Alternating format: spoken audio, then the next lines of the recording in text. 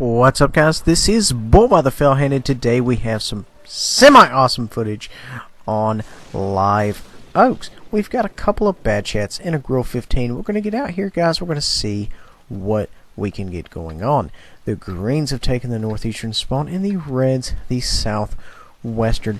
A few different ways you can kind of go on this map. You can run the left, kind of like we're going to do right here. Now, the issue here is, guys, if you have a lot of people push a particular flank with you, you really need to make sure you win that flank. The worst thing you can have is when you get in here and you get stalled, or your attack stalls, and that kind of ties up, you know, say for example 2/3 of your forces. Then you kind of have an issue later down the line, and that's what you don't want. Now, of course, the downside is, you know, if they have a number of autoloaders in a given position, you can't really overrun anybody. You know, say for example, if the autoloaders are behind the front line on Overwatch, then yeah, it's kind of what I spoke about yesterday. If you get a little squirrely and decide to go in a little early, or you go in mid-game, depending on their positioning, you could really be putting yourself in a pickle as a medium tank operator. So you have to be kind of careful when you decide to pick your targets. You know, as far as, you know, rolling, as far as pushing a flank or whatever, you know, that's kind of done by team effort.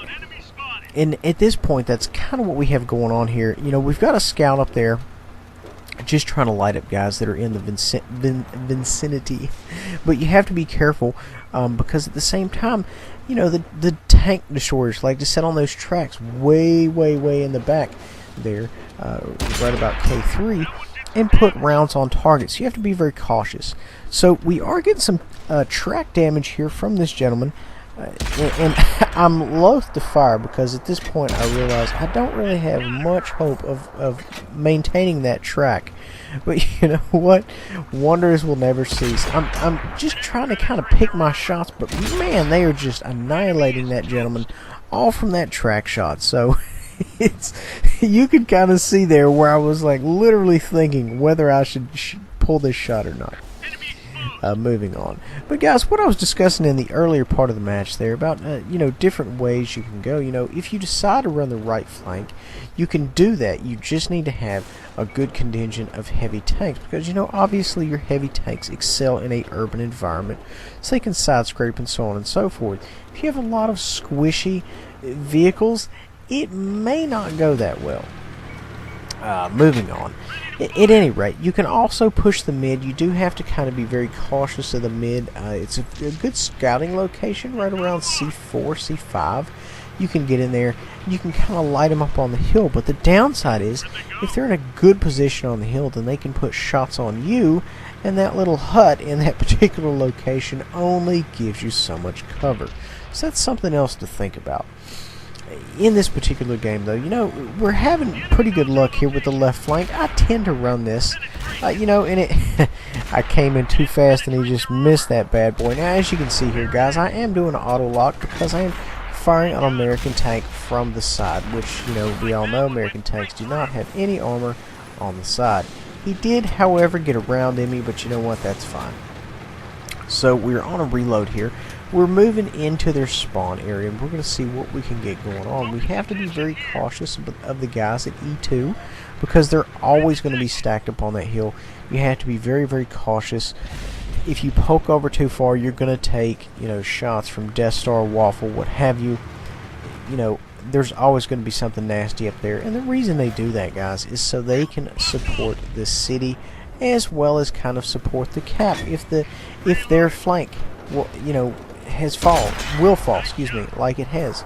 We've got good track shots here. We kind of finessed it. All I can see is his drive wheel right there, and I am just laying into it left, right, and center. He can't move. He knows he's in trouble. Go ahead and finish him off. So there we go.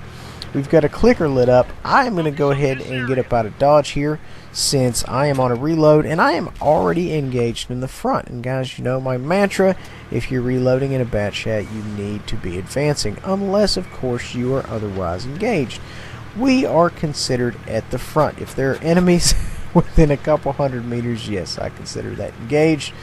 But I figured they had that clicker under control, even though they haven't killed him yet, and I would go ahead and move on the hill over here. Hopefully I can get over here, I can light some things up for some of the friendlies, and possibly get some things going on. You know, get some more people involved in putting some fire downrange on these gents right here. Good shot here at Death Star. Put one in him. He's looking around. Put another one in him. Can't really get to him. Just missed a big beefy shot right there. We're going to see if we can't finesse one into him, and we sure do. The grill just tried to put one in me. He was the one that fired a minute ago, and then we just clutch shot. I said, you know what, let's give it a shot, and sure, it connected. He is coming. He wants to put one in me, and man, I don't know if it hit my track or it hit my no-hit box or whatever. I just kind of finessed my way out of it, and that's it. The thing is, guys, those two things in the back of the bat where the little vents are, those are no-hit boxes, so just be very, very cautious. I know you guys have seen me post some stuff before where some people bounce some crazy shots. 268 hit one of those one time, and he's like, I don't understand. So yeah, just be aware, and it's good, guys, you know, in general, to know any vehicles no hit boxes. You know, you need to be aware of what you're doing. So it looks like this gent shot too early. I came around the corner there, fired a little too quickly, and then I managed to put one into the side of the building as I'm just trying to hustle. And, you know, if I wasn't so greedy with my health, I could have just sat there and just obviously DPM'd him. I'm looking at my map and getting tracked as we speak. The track's up. But, you know, this guy right here, man, those tanks have pretty solid DPM, so you have to be very, very cautious of those. Because even in bat chat, you know, if you go up against a 140, he's going to get one shot to your every two.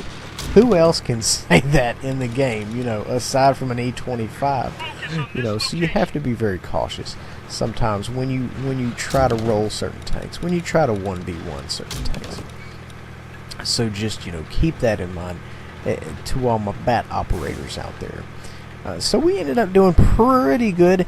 As you can tell, this is an older game, and I kind of held these back just to be on the safe side in case they decided to pull any maps, which they did. This is back when I started playing the bat again. 51-22, 37-25 assists. It's right under 9. Guys, I hope you enjoy. Please remember to like, subscribe, and share.